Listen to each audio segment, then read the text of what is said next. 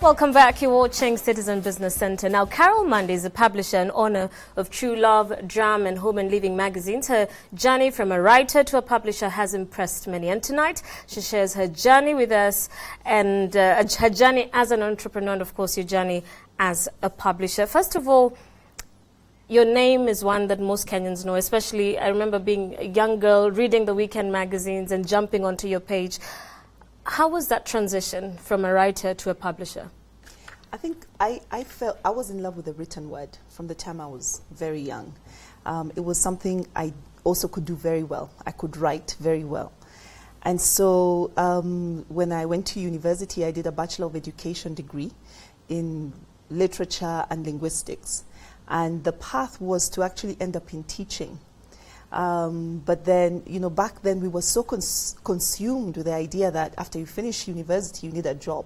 So education was important because at the very least, back then, government was always employing, university graduates as teachers. So I knew for a fact I'd have a job. As a teacher, yeah. However, when I left university, while I was in university, I continued writing, particularly for magazines. And so after I left university, I found my way into media. Because again, it's all about words, yes. So I found myself into media, into mainstream media, doing journalism. And that was interesting, exciting, wonderful. I learned a lot of things on the job. Mm-hmm. And then, the August 7th bomb blast happened. And at that point, I was in the news. I mean, I was in the newsroom. And it happened, and within minutes of it happening, I rushed to the scene because there's that part of you, of me, that's a journalist that is curious, that wants to find out what happened so that you can tell that story. And I get there with a lot of the writers, the photojournalists and everybody, and we get there within minutes, and it's chaotic. I mean, people are dying. And that's the day I knew that I couldn't do hard news because we went back. Everybody started working immediately. Mm-hmm. Photographers taking pictures, yes. Reporters asking questions, but I was frozen. And I knew I couldn't stay just with the news as it was. I needed to move beyond news and find something else, some hope beyond the news and tell the story from a different perspective, go beyond the pain and the distraction. Mm-hmm. And so that was sort of the path. So I went into lifestyle writing and eventually found my way into magazines. Mm-hmm. So you started off in the magazines as a sub-editor? Yes. With True Love? Actually with True Love, I started as editor for True Love. Mm-hmm. And before that, I'd edited another magazine, Eve Magazine. Yes. Yes. Mm-hmm. Yeah. So how has your journey been with True Love? Because I know in the beginning it was run by a South African company, and they exited the market. How was that? Because I know a lot of people lost their jobs as well with Adam Magazine and a couple of other magazines that they were publishing. How was that for you? I think it was devastating in the sense that, obviously, I mean, the magazines were published by East African Magazines, which was owned then by Media 24, which is a South African media giant. And they changed focus, they changed business focus, because after 2008, after the world financial crisis, you have to rethink your business and what makes sense. So magazines in East Africa were not making business sense for them, and they wanted to concentrate on other things. Mm-hmm. So it was devastating because there was a readership, a huge readership of women and men who had gotten used to these products. There was jobs, as you're rightly saying, that were going to be lost. Mm-hmm. So it was devastating in that way. However, it was also a great opportunity. I think in terms of crisis, there's always opportunity. Mm-hmm. And it was a great opportunity for me then to come in as an entrepreneur and take over the license and publish those magazines under license. Mm-hmm. So it was hard, but I think we rose to the challenge. Mm-hmm. And I'm curious about that. You were a writer and then an editor, and suddenly you were an entrepreneur of what was and still is among the top lifestyle magazines in the country. When you first decided, I'm going to own this license, what was going through your mind as an entrepreneur? I think the first thing that was going through my mind was that woman who goes to the supermarket every end month and she wants to get a copy of True Love, a copy of Dram. And I was also that woman. I was that consumer who loved magazines. And so the first thing was that you can't tell me that we can't have a publication like this. You can't tell me that, Kenyan women will only be able to see themselves through maybe black international magazines like Ebony and Essence, but we won't be able to tell our story and to show our women in their true, great, beautiful light in our own platform. So that was primarily what was driving that, was the fact that, is there a market out there? Yes, there's a market. People love these publications. They own these publications. So that was number one. Secondly, it's just, I mean, I have a heart for women and empowering women. And it was meeting that need. So I think business, you've got to think, as an entrepreneur, you've got to ask yourself, what's the need in the market that I am here to fulfill? And there was a huge need, and we just stepped in. So where did you get the money from? It's an interesting question. Well, you know, just as the way a lot of people, you know, who are starting businesses, small, medium-sized businesses, rely on their savings. And so I did that. You know, my husband and I just got together all the money that we could get from anything and everything and selling whatever we could. And also sourcing from banks, you know, primarily. Those were the two main ways in which we raised financing. Yeah. So do you own do you own Carol Mandi Media as a family, alone, or do you have outside investors as well? Well, we own it primarily between my husband and I. Yes. All right. Oh, perfect. Now, online.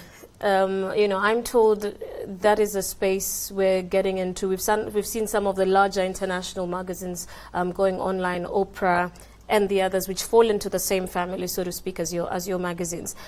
Is True Love looking at that space? Absolutely, absolutely. Because I think the thing is, you know, the world is changing so rapidly thanks to technology, and we can't turn our eyes away from technology. The idea is to actually embrace technology and be wherever our readers are. And our readers are on mobile, they're online. I mean, wherever they are, whether it's in the salons, wherever they are. So it is definitely an area of growth for us, and we are going to move into that space so that we have a community of readers or an audience online or in whatever other platform that there may be. What challenges did you face though? Because I know, I mean, just gauging by the fact that the major publishing institutions or organizations in this country are run by giants, so to speak. What are some of your biggest challenges within the publishing industry? Publishing is a very capital-intensive business because if you look at our products, the gloss, the quality of our products, I mean, it's very capital-intensive, and to be able to sustain that and to sustain the quality, that's quite expensive. So just being able to do this on a regular basis, I think that's a key challenge for anyone. And then I think, you know, our market is still very small in terms of magazines. When you talk about different markets, you talk about maybe there are 15, 20 women's magazines, but in our market, it's still very small, and that's largely driven by the fact that sometimes advertisers don't see the value proposition of magazines vis-a-vis maybe media like radio and television. So those are some of the conversations, those are some of the things. We know that there is a market. We know Kenyan women and men want and need publications like this, but always convincing your advertiser to see it as a valuable platform sometimes is difficult in comparison to other media. Someone once told me that the graveyard of magazines in Kenya is filled with infant magazines that lived a few months, 1 year, and we start naming them. You know, the list is endless. True Love has just marked 10 years. What would you say has kept you going? I think it has been, first and foremost, meeting that need, providing that empowering, aspirational information that people need. And then I think, secondly, it's also just maintaining our quality. And that, I mean, people have come to trust the brands, True Love and Drum. And so that's what really keeps us going. All right, I understand you're an AFC fan. I was reading something online today that you are, you know, half Tanzanian, half Luya, and that you picked up a couple of Luya habits, such as chicken. Tell us a little bit about that. You know, was it tea? Tea, yes. I mean, tea is a great Kenyan beverage. We love our tea. But I'm just so glad that, obviously, nobody chooses where to be born. But I'm so glad because my heritage, the fact that I have an East African heritage, also gives me the ability to speak to people beyond our borders. So to Kenyan women who I understand intrinsically and deeply, and to Tanzanian women and to Ugandan women. So I love that fact about my heritage. Talking about women, questions coming through on our SMS platform as well as on Twitter. How do you balance being a mother, being a wife, and being the CEO of Carol Mandi Media? It's a challenge, I think, for any woman. And, you know, so for me, it is what's important at that one particular time, at that exact point in time. And my daughter is sitting her KCPE, right, as, you know, this week.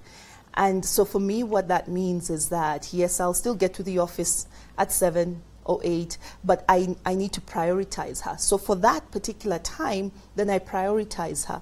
I make a point to pick her, to drop her. I do those sorts of things. And being an entrepreneur helps me in the sense that I can actually work around my time. But it's really about just choosing what's important and what's your priority at that particular point, because there is no such thing as balance. I say it all the time. There is no such thing as balance, because you're at work, 12 hours a day, and then at home maybe for an hour or two. So you're not going to say that that's balanced, but it's really just focusing on what's important, negotiating. I have negotiations with my kids and my husband all the time, and I say, okay, this is a crazy week for me. I'm on deadline. I'm going to be coming home late. But next week, when this is all over, maybe we can do something different, something special. I can spend more time. So it's really about negotiation and doing what's important, and also keeping in mind your other relationships, you know. And it's something that as I've grown older, I've learned to do better. Yeah. All right, as we wind up, Carol, your final word of advice to young entrepreneurs out there who have big dreams. Go for it. Do your due diligence. Find your market. Meet a need. I think a lot of people have a great idea, and you must have a great, big, grand idea. But beyond your great, big, grand idea, if it only excites you and it doesn't help somebody else elsewhere, then really you're not going to survive for very long. So your great, big, grand idea has to meet the needs of your consumers. So it is not about you and about your name, your title, CEO. It is about your market and the fact that, do you know them? Are you able to meet them at the point of need? All right. Thank you so much. Carol Mandi, the CEO of Carol Mandi Media, publisher, owner of True Love, Dram, as well as Home and Living magazines. Thank you so much for being on Citizen Business Center tonight. Thank you.